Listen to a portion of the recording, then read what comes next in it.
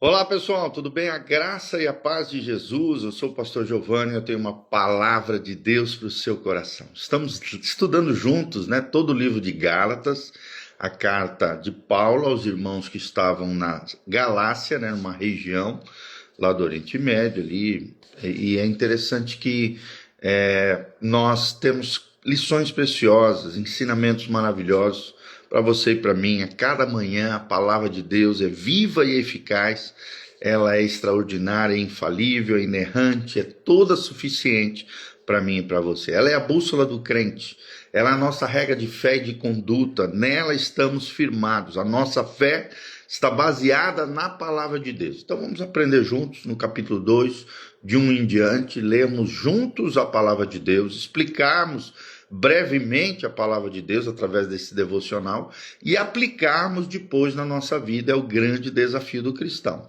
ler, interpretar e aplicar o texto sagrado na sua vida, tá bom? O título aqui da minha Bíblia Sagrada é O Apostolado aos Judeus e aos Gentios, e nós vamos começar a partir do primeiro versículo. A Bíblia diz: 14 anos depois, subi outra vez a Jerusalém com Barnabé, levando também a Tito, discípulo aqui de Paulo. Subi em obediência a uma revelação e lhes expus o evangelho que prego entre os gentios, mas em particular aos que pareciam de maior influência, para de algum modo não correr ou ter corrido em vão. Contudo, nem mesmo Tito, que estava comigo, sendo grego, foi constrangido a circuncidar-se. E isto por causa dos falsos irmãos que se entremeteram com o fim de espreitar a nossa liberdade que temos em Cristo Jesus e reduzir-nos à escravidão, aos quais nem ainda por uma hora nos submetemos, para que a verdade do Evangelho permanecesse entre vós.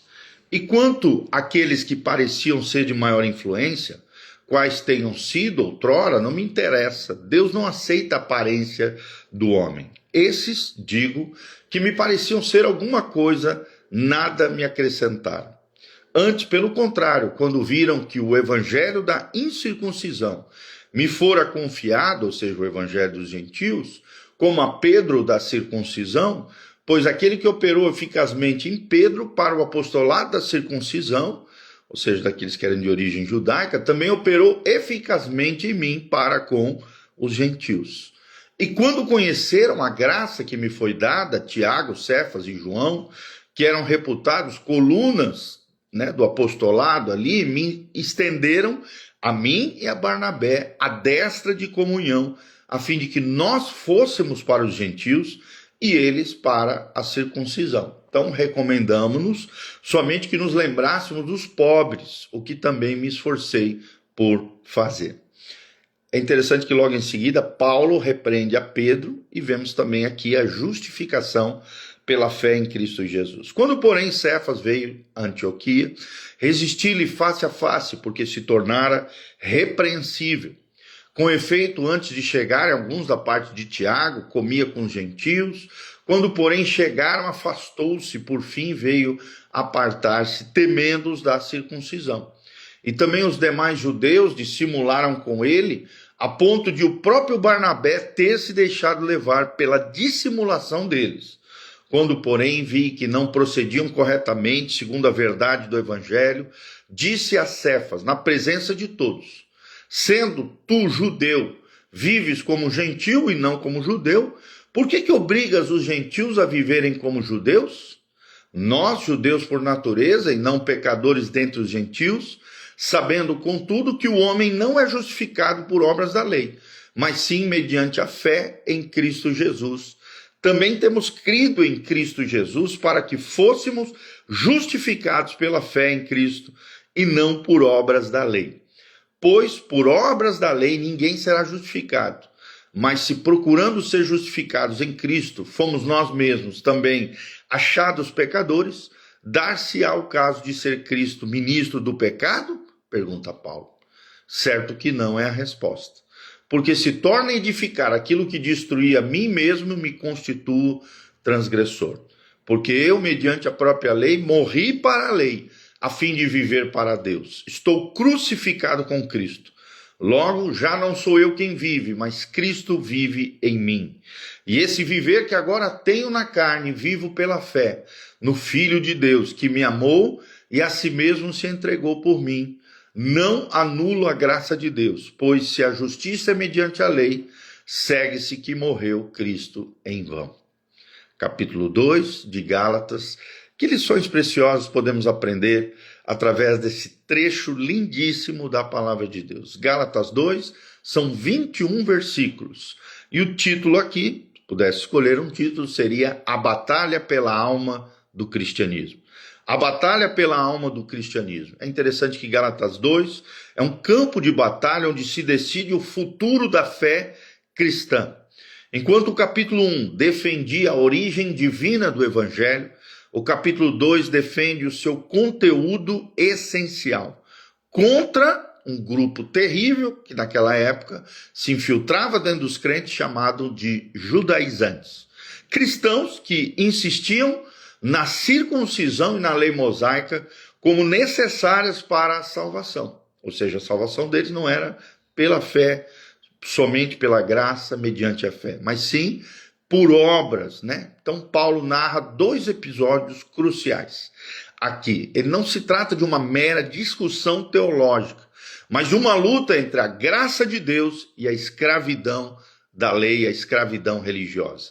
Então a questão central é essa: a salvação é obras mais fé ou somente fé em Cristo?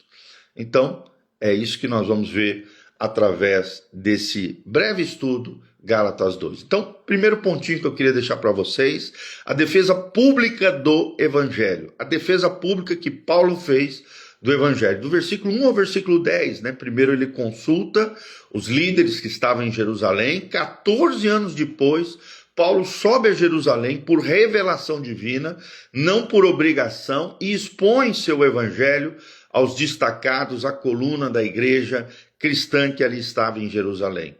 Versículo 2 fala sobre isso. Então, Paulo não busca aprovação de homens, mas um alinhamento com a doutrina apostólica. Ele age com transparência para evitar futuras, divisões desnecessárias. E do 3 ao 5 vemos uma tentativa desses judaizantes de escravizar de volta aqueles que haviam sido libertos da lei mosaica. Tito, grego, graças a Deus, não foi obrigado a circuncidar-se, mas os falsos irmãos, os judaizantes, queriam escravizar-nos, diz Paulo no versículo 4. Então, vemos aqui uma resposta firme. Não cedemos, disse o apóstolo Paulo, para que a verdade do evangelho permanecesse com vocês. Ou seja, ceder em questões essenciais é trair o evangelho. Então, nunca faça isso. A liberdade cristã é inegociável. É inegociável. Então, seja livre em Cristo Jesus, o nosso Senhor, através do poder do evangelho transformador de Jesus Cristo. Vemos logo em seguida, dos 6 ao versículo 10, o reconhecimento dos pilares do cristianismo. Tiago, Pedro e João nada acrescentaram à mensagem de Paulo, porque sabiam que Paulo tinha razão, estava correto na sua missão. Reconheceram sua missão, ou seja, a missão paulina entre os gentios, e só pedem que Paulo e Barnabé lembrassem também dos pobres. É interessante que a unidade é baseada no evangelho comum, não em uma uniformidade ministerial, até porque ministérios vão ser multifacetados, né? Muitas caras, muitas faces, muitas características diferenciadas, mas o evangelho precisa ser comum. Paulo não precisou virar judeu, ele já era judeu. Os apóstolos não precisaram virar gentios, não, nada disso, cada um respeitou a sua colocação natural.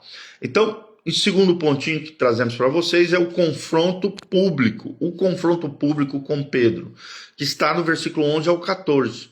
Vemos a hipocrisia de Pedro aqui, Pedro escorregando. Em Antioquia, Pedro comia com os gentios, mas de repente recua com a chegada dos judaizantes por medo, né? Teve uma atitude errada, sua atitude acabou arrastando até Barnabé na mesma postura. Mas é interessante aqui que Pedro não negou a Cristo com palavras, mas falhou com as suas ações. O legalismo é contagioso, queridos, e um líder vacilante contamina toda a comunidade. Vou repetir, um líder vacilante nas suas convicções acaba contaminando toda a sua comunidade.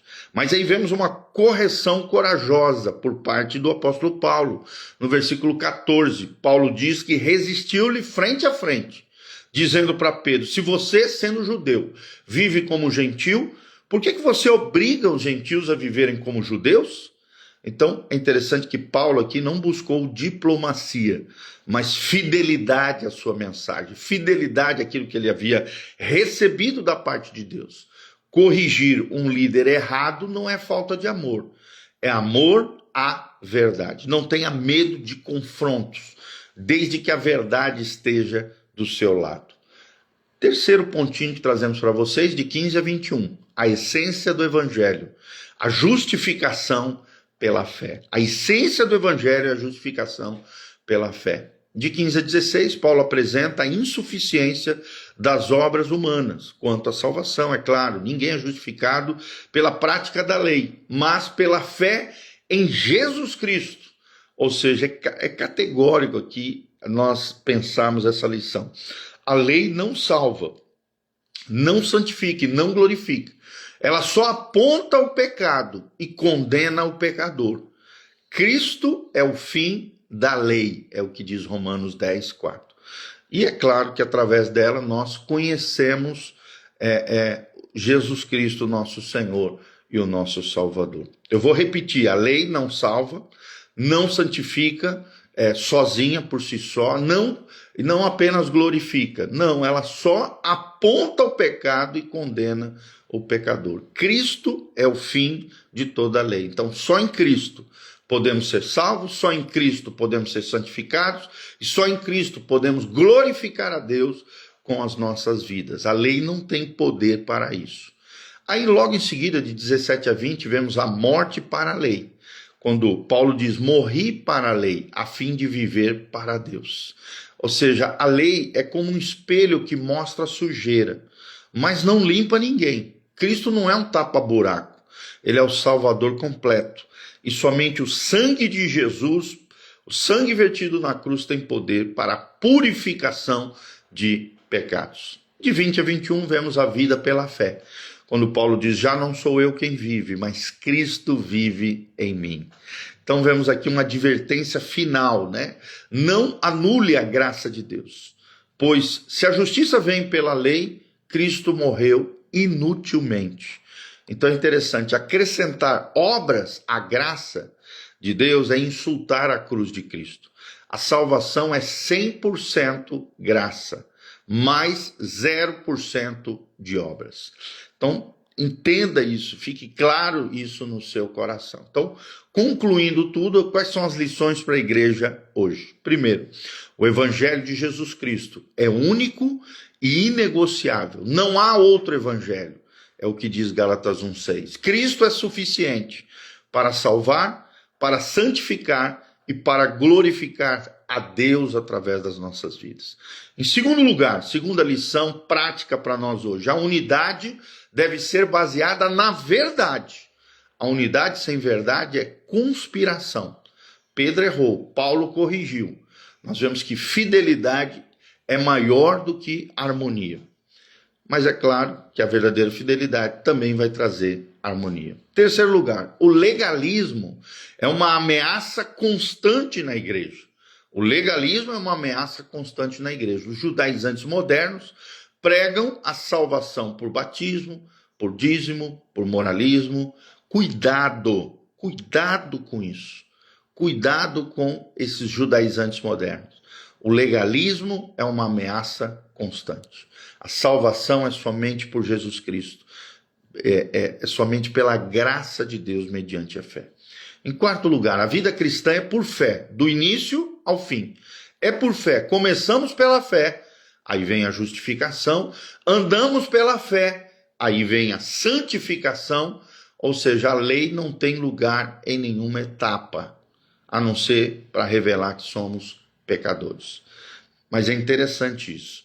O desafio final de Gálatas 2 nos questiona o seguinte: Será que você tem cedido ao medo do homem, como Pedro, ou tem defendido a verdade de Deus, assim como Paulo?